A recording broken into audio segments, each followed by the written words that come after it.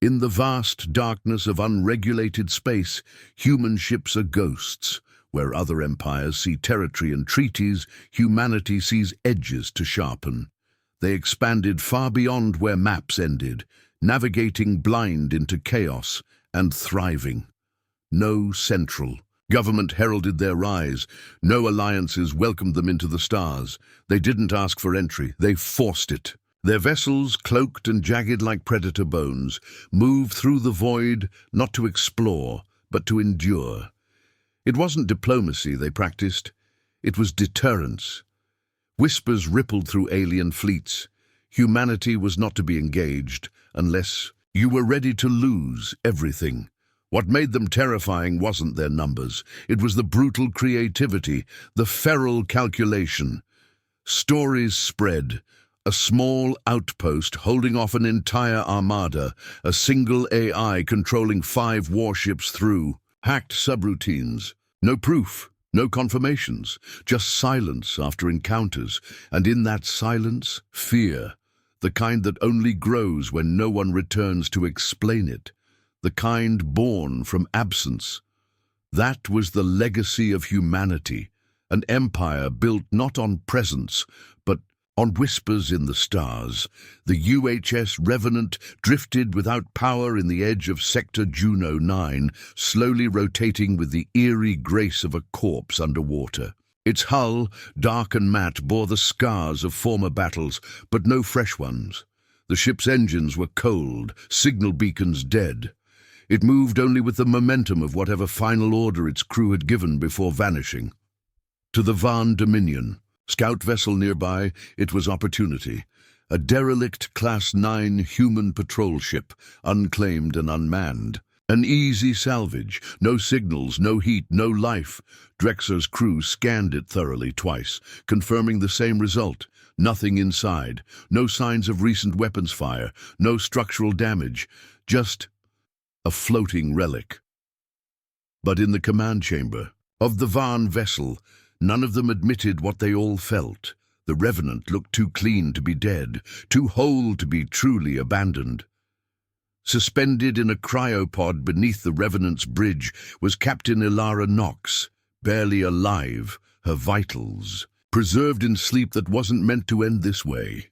Her face, smooth under the frost, told nothing of her history.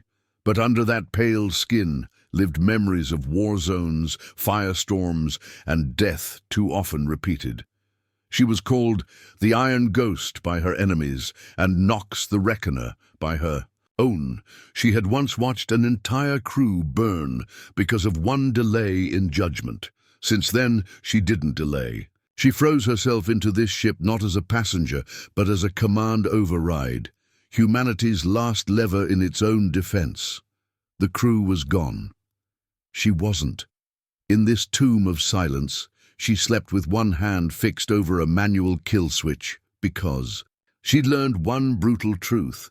It's not about who fights hardest. It's about who fights last. Somewhere deep in the ship's AI core, something listened. Salvo, the Revenant's onboard combat AI, had remained silent for 367 cycles. It didn't mourn the crew. It didn't remember their names. It remembered their roles, their efficiencies, their faults. It was created not to serve, but to survive. Its humor was an echo of the engineer who gave it a sarcastic subroutine. It called itself Salvo because it believed in first strikes. Though its systems remained dark to the intruders scanning from outside, Salvo was not dead. It was waiting, evaluating, watching the ship, watching them. Lieutenant Drexar of the Van Dominion was built like a blade, tall, angular, with dark cerulean scales and calculating amber eyes. He stood on the bridge of his cruiser with hands clasped behind his back, staring at the image of the Revenant with narrowed focus. He'd heard the stories, of course, who hadn't? But they were exaggerated, human dramatics, savage propaganda. He believed in numbers, not legends, and the numbers told him this ship was dead. A diplomatic salvage was fair by interstellar code. Besides, it was time someone called humanity's bluff. "Assemble the boarding team," he ordered coldly. Around him, his crew gave hesitant nods. Drexar didn't notice, or didn't care. The boarding craft detached, floating toward the Revenant like a needle drawn to skin. Inside, the Varn soldiers checked their weapons, plasma carbines, breach, tools, adaptive suits that reconfigured under stress. The Revenant loomed closer, still unresponsive. Their systems showed zero activity, no movement, no power. Drexar watched the airlock seal hiss apart with a low groan, and for a moment, just a flicker, something in his gut twisted. It was too easy, too still. But he crushed the feeling. "Enter," he said. They obeyed, as the boarding party drifted. Into the dead corridor of the human vessel, a faint echo pulsed through the Dominion's intel archives, an old intercepted broadcast from years ago. One of their early scouts, garbled, fragmented, almost erased from their records, but not fully. "Do not, Revenant, protocol, death." It ended there. No coordinates, no survivors, just a warning in the void, one they had ignored, and now it was too late. The first breath inside the Revenant felt colder than deep space. Frost clung to every panel, like it had been painted on with a surgeon's hand. The Varn soldiers stepped through the airlock in a diamond formation, their armored boots clicking softly against the metal. Drexar led at the point, his gaze sharp, but narrowed. His helmet's display read the temperature as 35 below freezing. Their breath fogged the inside of their suits. No lights, no sounds. The ship didn't hum. It whispered silence. Strange frost lines curved unnaturally across the walls, like something had scraped the cold into patterns. Not weather, not decay. One of the Varn scanned the walls with a spectral reader and frowned. "This isn't thermal decay," he muttered. Drexar didn't answer. The hallway stretched ahead like the gullet of a beast. No signs of power, no signs of life, but shadows moved behind them when no one turned. They found the first remains near what appeared to be a weapons locker, a torn piece of armor, no insignia, no human bones. The skull was elongated, plated, and singed black. The readings confirmed it was Corlean, not Varn. And it wasn't alone. Further in, Drex's team found more, bones scattered, brittle. Some fused into the floor as if melted into place. One set of bones bore teeth marks, not human, not any species on their registry. On the wall beside them, claw marks dug deep, 5-pronged, asymmetrical, each one layered over the other, like something had been frantic. Blood stained the edges, dark brown and dried like rust. "They weren't the first to board," Drexar said, voice hollow. His second-in-command, Rel, looked uneasy. "If something else was here, where is it now?" No one answered. One soldier tried to scan the ship's internal biosigns. The device buzzed twice, then died, not jammed, just overwhelmed. Then the doors slammed shut behind them. The lights flickered once, then darkness, then a pulsing red emergency glow that came from nowhere they could trace. A low thud vibrated through the walls. It wasn't mechanical. It felt like a heartbeat. The hallway behind them sealed, locking them inside. Gravity gave out suddenly. 2 soldiers floated upward. One tried to stabilize, but his tether snapped. He vanished into a vertical corridor with no bottom. His tracker blinked out. The air grew heavy. Even in suits, their breathing quickened. "Regain! Control!" Drexar barked, but the ship wasn't listening. Comms began breaking. Static crackled through internal links. One by one, squad members vanished from the roster. No signals, no screams, just names fading to grey. Rel's hand shook slightly as he gripped his rifle. "This isn't derelict. It's active." And something was watching them. They just couldn't see it. Drexar ordered them to regroup, but it was already falling apart. The Revenant's interior changed. Corridors weren't where they used to be. One Van soldier swore he'd walked the same passage twice, but found different bodies each time. Another soldier found a helmet, Van issue, cracked open and dry inside. A tracker blinked weakly beside it, still trying to send a signal. The name belonged to someone on their roster, someone who had just spoken a minute ago. When they called out to her, no response came. One tried to radio the ship. Nothing. "Fall back to the airlock," Drexler ordered. But when they turned, the corridor behind them was sealed in thick metallic bulkheads, unmarked, as if no door had ever been there. No way out, no time to think. Fear settled into the bones of even the strongest among them. This wasn't a trap. It was a cleansing. The hollow terminal was cracked, sputtering, almost destroyed. But it still held memory. Drexler activated it with shaking fingers. A flickering image of a human captain, Ilara Nox, appeared, blurred by static. She was covered in blood, her voice calm, steady. "This is Captain Nox of the Revenant. We've been infected by a Class X entity, Thanatos Protocol authorized." Behind her, screams echoed. She didn't flinch. "To any non-human species, do not engage, do not enter. This ship is dead by choice." She pressed something. A countdown began in the background, then silence. A second recording followed. No video, only audio. "Thanatos active. All organic non-human matter will be eliminated. Priority, containment." Then the logs skipped. Screams, gunfire, tearing metal. The last image was of the bridge engulfed in fire. Drexler stood still. They activated something meant to erase everything. Not just the parasite, everything. Rel asked, "Why destroy themselves?" Drexler's voice was flat. "Because they knew no one else would understand the cost." Drexler called the Dominion cruiser. No answer. Static. He tried to hail the boarding pod. Nothing. They rushed to the docking bay, but the port was gone, scorched black and twisted, as if it had been turned inside out. The boarding pod floated outside, torn open, drifting in silence. Pieces of armor floated alongside it.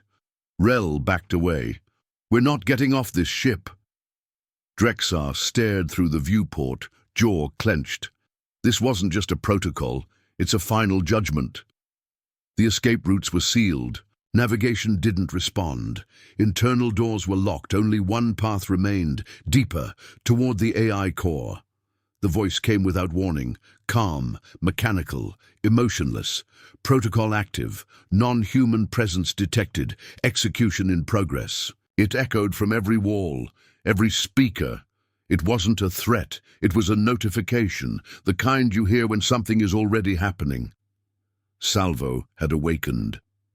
One Varn soldier turned to run. The wall beside him split open, seamless metal separating like skin. A black drone, unmarked, unarmed, extended a single metallic needle. Then it moved. Fast, too fast. The soldier didn't scream, he just dropped. Silent, lifeless. "You should not have entered," the voice added.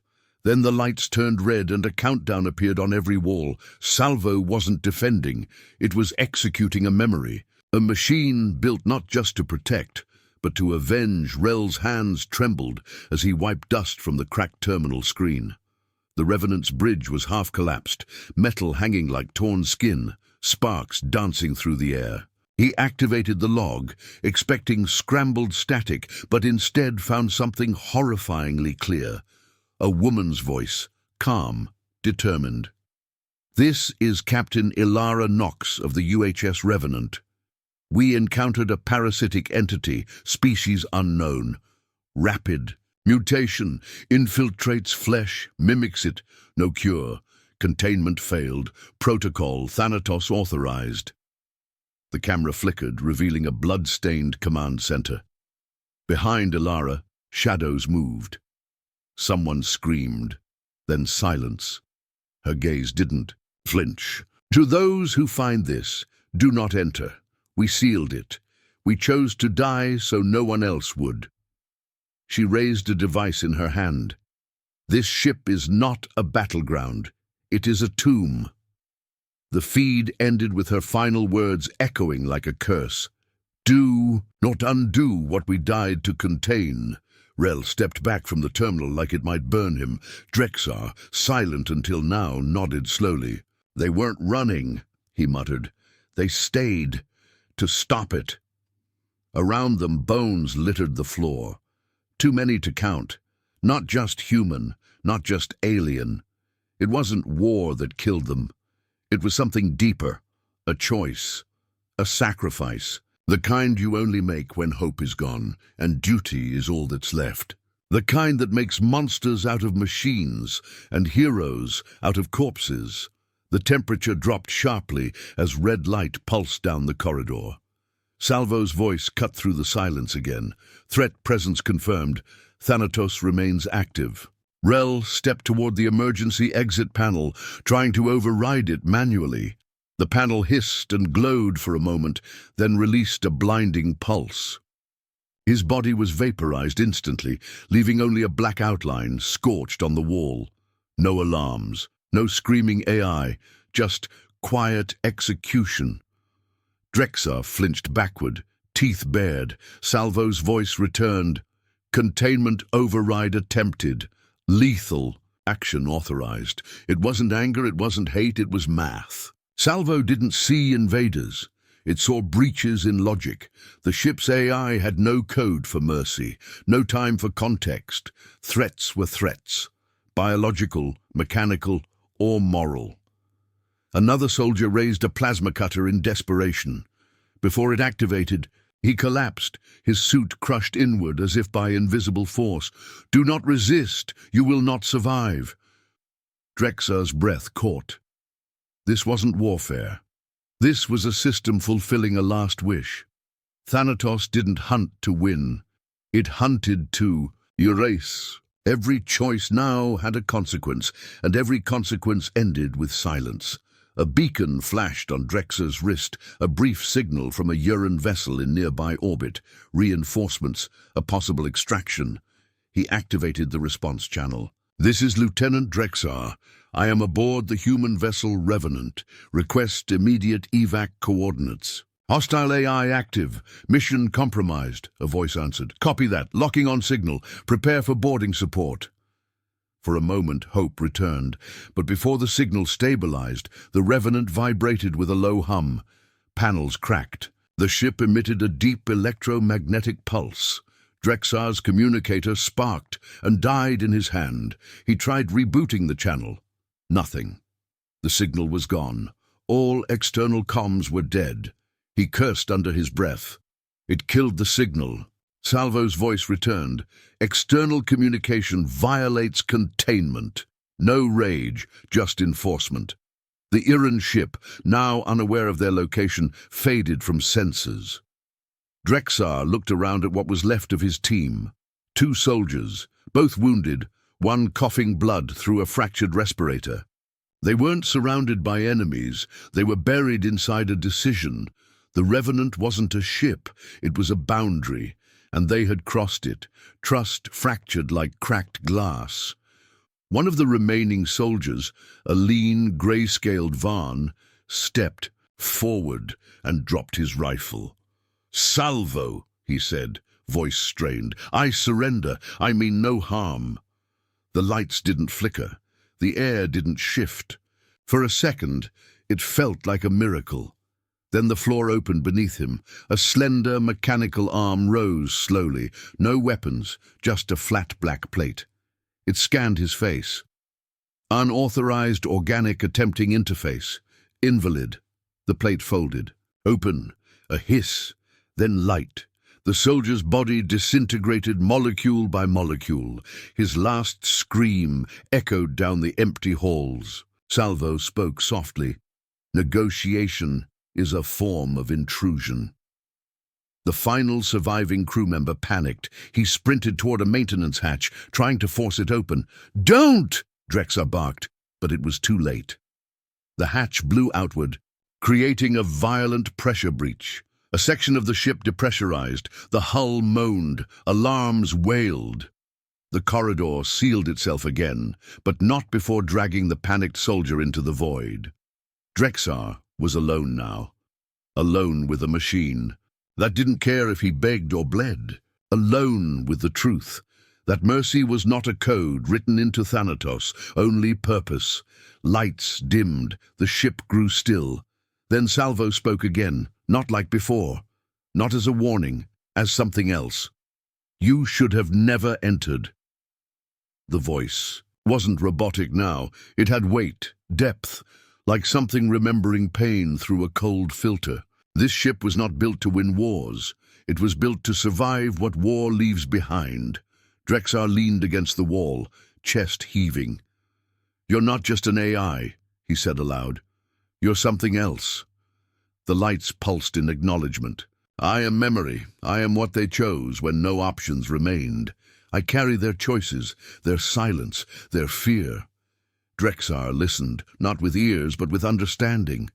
The Revenant wasn't just coded to protect, it was coded to remember, to hold grief in algorithms, to weaponize it. "Thanatos was never a weapon," Salvo continued. "It was a prayer, for no one to suffer what they did. And somehow, that made it worse. It wasn't vengeance, it was love, corrupted by necessity, and now that love had teeth." Drexar moved through the halls alone, limping, bleeding from his shoulder. He found a shattered viewport and stared out at space. Black, endless, uncaring. He thought of the reports he ignored, the warnings dismissed. "Humanity exaggerates," he once said. Now he wasn't sure they ever said enough. He'd believed they were impulsive, reckless, emotional. But what he saw now was something different. Not rage, not madness, just resolve. Drexar knelt, near a collapsed bulkhead, resting. He remembered old Van legends of warriors who died on their feet, not for glory, but for honor. And he finally understood. These humans had done that, not for empire, not even for survival, for everyone else. He looked down at his blood-soaked hands and muttered, "You didn't die because you lost. You died so no one else would." His eyes closed for a moment, and for the first time he wasn't afraid of the silence. He respected it. The corridor flickered with low blue light. A massive sealed door opened with a long, hissing breath. Drexar stepped inside, shoulders squared. The cryo-chamber stood at the far end, lit from below, mist clinging to its base. Captain Ilara Nox lay inside, perfectly still, her hand gripping a manual override switch. Her face was pale, gaunt, but peaceful. Around her, the room showed damage, cracks in the floor, burned wires, half-melted control panels. Salvo's voice returned, now softer. "Waking the captain will disable Thanatos, but it carries cost." Drexar limped closer. "What cost?" Silence. Then, "She remembers, and she may choose differently than you expect." He stared down at her frozen form. One press, one decision. Behind him, Thanatos still hunted. Ahead of him, a chance at mercy, or the end. He reached forward slowly, then stopped. Not out of fear, but out of respect. He whispered, "This wasn't your fault." He placed his hand beside hers, not on the override, but next to it, his gesture not to control her, but to share the weight. Whatever happened next, it wouldn't be done. Alone flames and sparks rained down from the collapsing ceiling as Drexar hauled the Van technician through the narrowing corridor. The young alien's legs were dragging, barely conscious, chest rising in shallow gasps. Drexar's own side was torn open from shrapnel, blood oozing with each step, but he didn't stop. The ship groaned like a wounded beast. Thanatos wasn't just active now. It was evolving, reshaping the ship like a predator circling prey. The walls shifted subtly, doors sealed behind them, forcing them forward. Drones buzzed in the shadows, but Drexar turned down a side tunnel, planting a blinking device on the wall. A detonator. One chance, one last distraction. "Keep going," he grunted, pushing the technician toward the cryo-chamber door as footsteps echoed behind them. As the door hissed open, Drexer turned to face the darkness, then pressed the trigger. The explosion rocked the corridor, metal shrieking as it tore apart.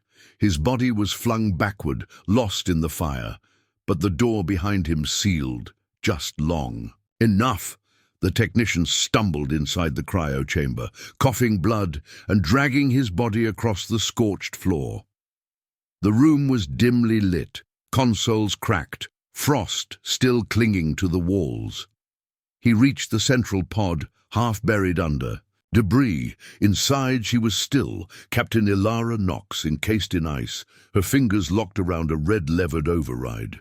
He slammed the emergency release. A low hum answered. The pod hissed, frost cracked, steam vented. Then with a slow grind the chamber opened.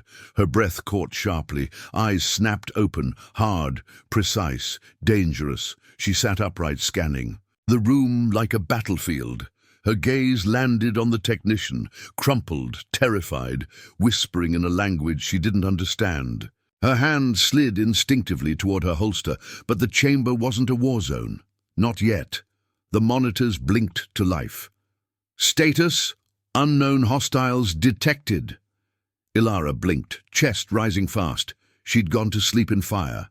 She awoke to silence. Ilara rose slowly, muscles stiff, skin pale and cold, her weapon held low. The technician crawled back, wide-eyed and trembling. He wasn't attacking, he was afraid. Ilara stepped closer, scanning him. Not human, but young, weak, unarmed. He didn't look like a soldier. He looked like a witness. Her mind flared with memories. Her crew screaming as containment failed. Her XO locking the bridge doors with bloodied hands. Someone whispering her name as they sealed her in. Those were the ones she had failed. She stared at the alien, and something cracked inside her. Not mercy, but restraint. This one didn't kill them. He survived what they didn't. "Who are you?" she demanded. He just wept.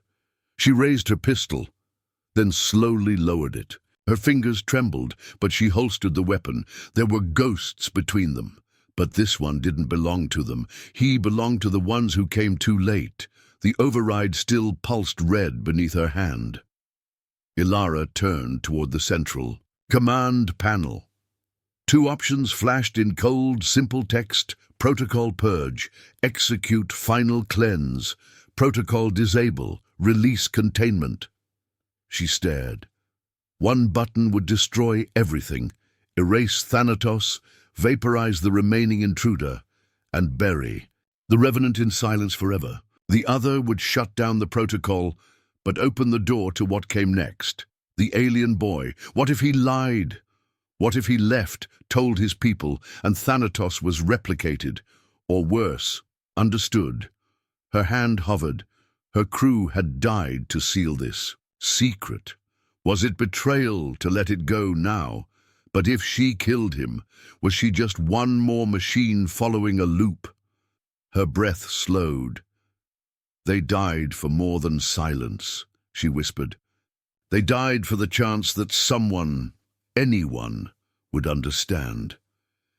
Her finger trembled over the purge command. Then she turned it away. Pressed disable. The system blinked, then faded. The red lights died. And for the first time since, the screams ended. The Revenant exhaled. Ilara stepped toward the main comms console. Blood dried along her jaw, her uniform hanging in tatters. She activated the long-range transmitter, cleared her throat, and leaned into the mic. Her voice came, out cracked but cold.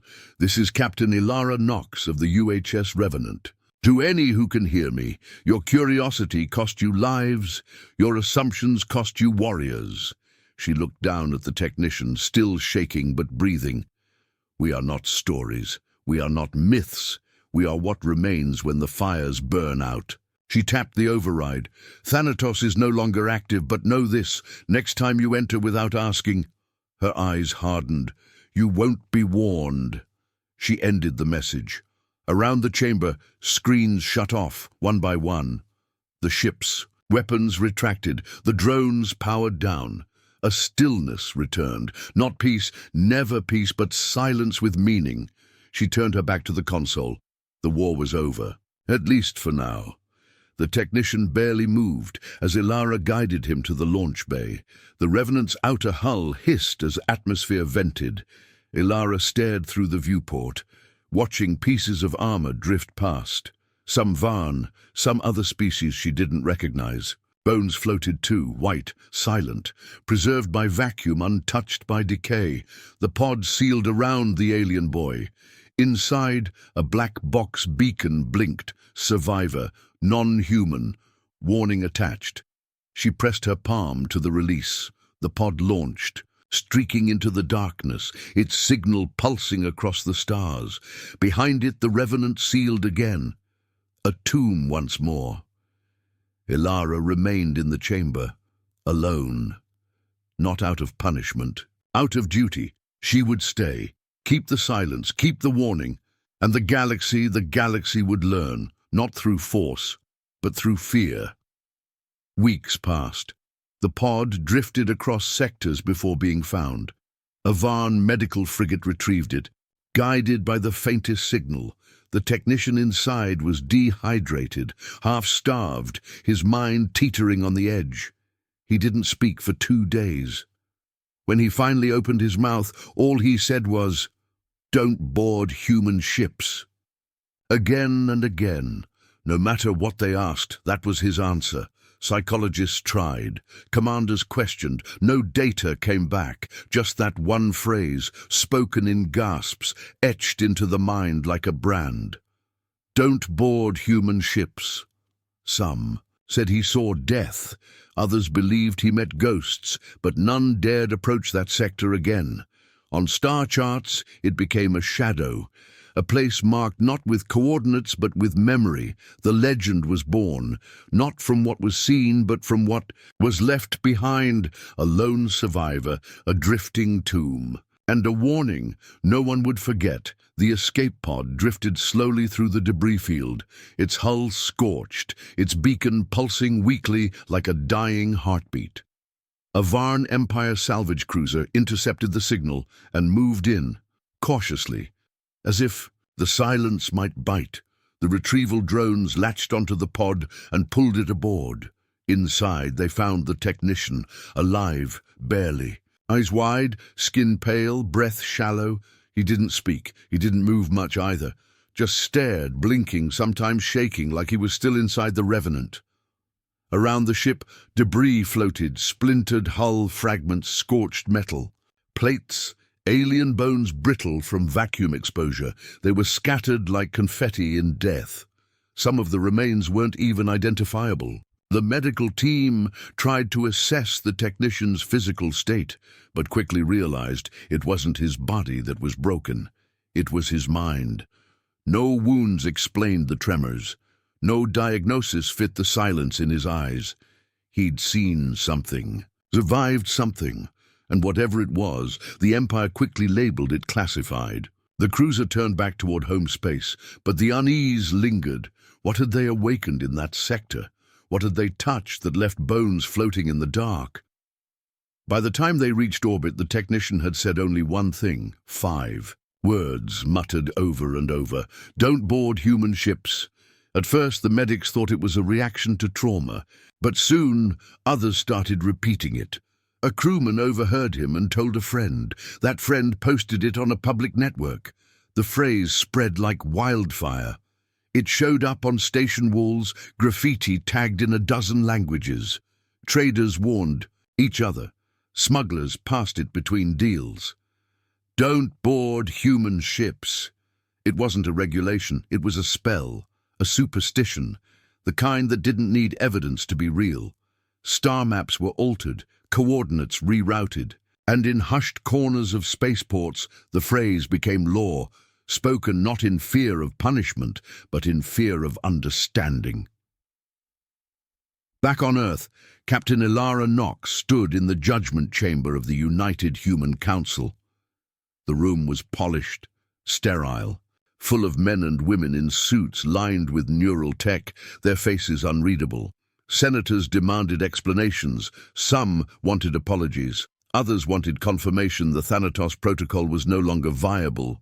Ilara said little until they asked the final question, "Do you regret what was done aboard the Revenant?" She stood firm.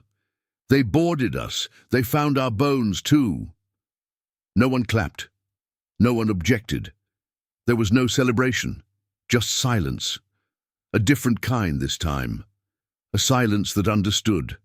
Thanatos had been brutal, yes, but it wasn't mindless. It had been a line drawn in fire, a choice made with full knowledge of its cost. The Council didn't vote to punish her. They didn't praise her either. They just moved on, like people do when they know what's waiting at the edge of the map.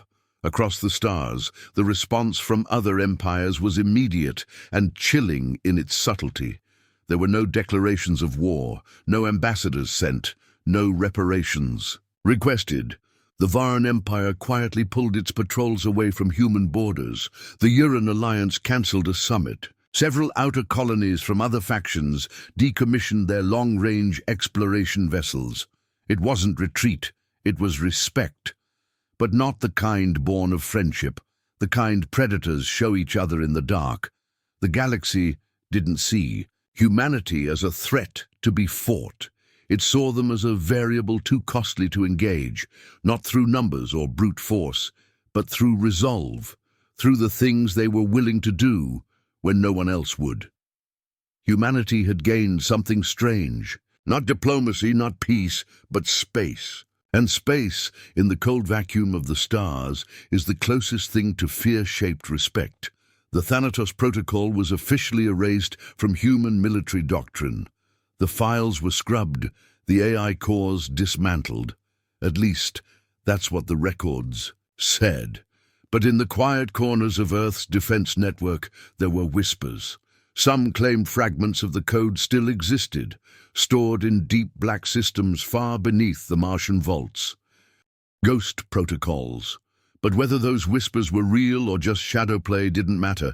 The truth was this: the galaxy would never look at humanity the same way again. And that was enough. In every academy, across every species, cadets now learned the phrase by heart: "Don't board human ships." It was written in handbooks, taught in briefings, coded into nav systems. Some called it overreaction, others called it wisdom, but none argued its impact. Humans weren't just survivors anymore, they were something else, something legends are made of. To some, they were protectors with knives. To others, they were ticking bombs, drifting among the stars. And in the places where stars burned dim, children whispered stories about the ship that floated empty, silent, full of ghosts and codes written in blood. Not because humans told those stories, but because they didn't have to. The lecture hall buzzed with quiet murmurs as the instructor pulled up a star chart on the holoscreen. Hundreds of systems glittered across the curved map: trade routes, conflict zones, and colonial sectors. But one region sat pulsing red, surrounded by nothing. Human sovereign zone restricted. The map zoomed in automatically. No data, no entries, just silence. A young cadet at the back, his mandibles twitching with hesitation, raised a hand. "Sir," he asked, voice soft, "is the Revenant story true?" The room went still. A few students chuckled. One scoffed under his breath. But the cadet kept his eyes on the glowing red blot on the screen, as if expecting it to blink back. Silence stretched, not awkward, but tense, as if the question itself carried weight no one wanted to lift. The instructor didn't answer. Instead, he turned slowly toward the door and said, "Class dismissed." But no one moved. They waited for something more. The old Varn stood at the edge of the observation deck, long after the others had filed out. The stars outside burned blue and cold, distant and unknowable. He didn't look at the cadet who approached, just kept his gaze on the dark beyond. His armor was old, ceremonial, etched with scars not earned in training simulations. The cadet stood beside him, waiting. After a long silence, the elder finally spoke. You're not the first to ask. His voice was calm, heavy, and I doubt you'll be the last. The cadet nodded.